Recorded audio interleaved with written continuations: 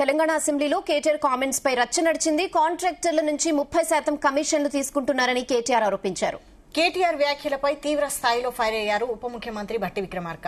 10 ఏళ్లు బరితెగించి దోచుకున్నది ఎవరో తెలంగాణ ప్రజలకు తెలుసునన్నారు. అడ్డగోలుగా మాట్లాడిన కేటీఆర్ క్షమాపణ చెప్పాలని భట్టి విక్రమార్క డిమాండ్ చేశారు.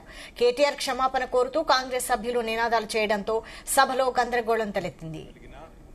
సీనియర్ మెంబర్ సార్, మీరు గతంలో చాలా ఉన్నతమైన పదవులు కూడా చేస్తున్నారు. మేము సిన్సియర్గా మిమ్మల్ని ప్రార్థిస్తున్నాం సార్, దయచేసి రికార్డులు తెప్పియండి. ఎన్నిసార్లు ఇంటరప్షన్లు అయినాయి, ఎన్నిసార్లు మంత్రులు అంత ఎక్సైట్ అయ్యి మాట్లాడితే ఎట్లా సార్? మంత్రులు sir, the essence of democracy, దయచేసి కొత్త సభ్యులు కాంగ్రెస్ నుంచి 53 మంది ఉన్నారు. The essence of democracy, the beauty of discussion in assembly sir is discussion, debate, dissent. Sir, opposition అనేది మాకు we will have our say, the government will have its way. That is the essence of democracy. దయచేసి నేను వారిని మిమ్మల్ని కూడా కోరేది sir, మంత్రులకి సంయమనం ఉండాలి, రిస్ట్రెయింట్ ఉండాల్సింది ట్రెజరీ బెంచెస్ కి.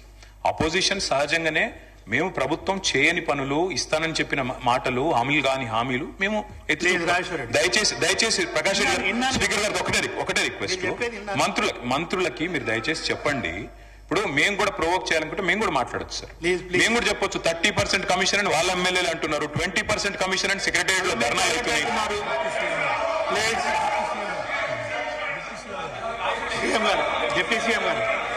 సార్ రామ్జాన్ మీరు కూర్చోండి, డిప్యూటీ సీఎం గారు మాట్లాడుతున్నారు. Sir, essence of the democracy, చాలా సంతోషం. కేటీఆర్ గారు లేచి చాలా గౌరవంగా మాట్లాడతాడని నేను ఊహించాను, ఓ సభ్యతగా మాట్లాడతాడని కూడా ఆశించాను. లేచి ఏం మాట్లాడుతున్నారు అధ్యక్ష? ఎసెన్స్ ఆఫ్ ద డెమోక్రసీలో డిస్కషన్ ఉండాలా, డిబేట్ ఉండాలా అన్నారు. సంతోషం. డిస్కషన్, డిబేట్ వాస్తవంగా ఉండాలా, లేచి మాట్లాడిన ప్రతి మాట అబద్ధంగానే మాట్లాడాలా. What are we doing? You are not misguiding the house, not only the house, the entire state you are misguiding. వారు ఏమన్నారండి?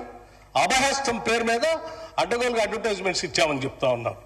సివిల్ సర్వీస్ స్టూడెంట్స్ కోసం మన రాష్ట్రం నుంచి పోతున్నటువంటి విద్యార్థులకి, పేద మధ్యతరగతి బడుగు బలహీన వర్గాలకు సంబంధించిన విద్యార్థులకి, ఇంక్లూడింగ్ ఈడబ్ల్యూఎస్ స్టూడెంట్స్ కూడా, ఎవరైనా ఈ రాష్ట్రం నుంచి భారతదేశంలో నడుపుతున్నటువంటి యూపీఎస్సీ ఎగ్జామ్ కోసం డబ్బులు లేకుండా ఇబ్బంది పడతా ఉంటే వాళ్ళకు కొంచెం ప్రోత్సహిద్దామని చెప్పి మేము ప్రిలిమినరీ పాస్ అయినటువంటి వాళ్ళందరికీ, ప్రతి అభ్యర్థి ఎవరు అప్లై చేసుకుంటే వాళ్ళందరూ ₹1,00,000 ఇద్దామని చెప్పాం.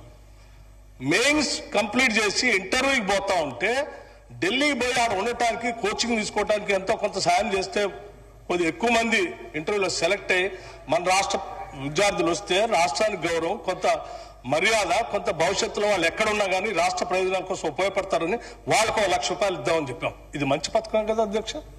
Is there anything wrong in this? In the interest of the స్టేటే కదా చేసిన దానికి మీరు 4 కోట్లు చేశారు, 40 కోట్లు అడ్వర్టైజ్మెంట్ చేసుకున్నారు. నేను అడుగుతా ఉన్నాను పల్లా రాజేశ్వరరెడ్డి గారిని, అడ్వర్టైజ్మెంట్ మీరు చూసారా? ఇచ్చామో? ఇది is it not a blanket statement of misguiding the house? Can't do like this. అధ్యక్ష, వాళ్ళు లేచి మాట్లాడుతూ ఉన్నారు కేటీఆర్ గారు.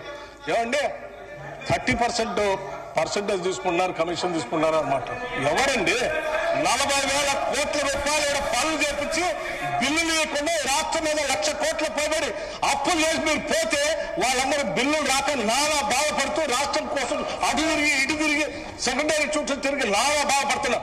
మీ పాపం వల్ల ఈరోజు రాష్ట్రంలో 1,00,000 కోట్ల పనులు చేసినటువంటి వాళ్ళ బిల్లు లేక ఏడుస్తున్నారు. ఎంతో కొంత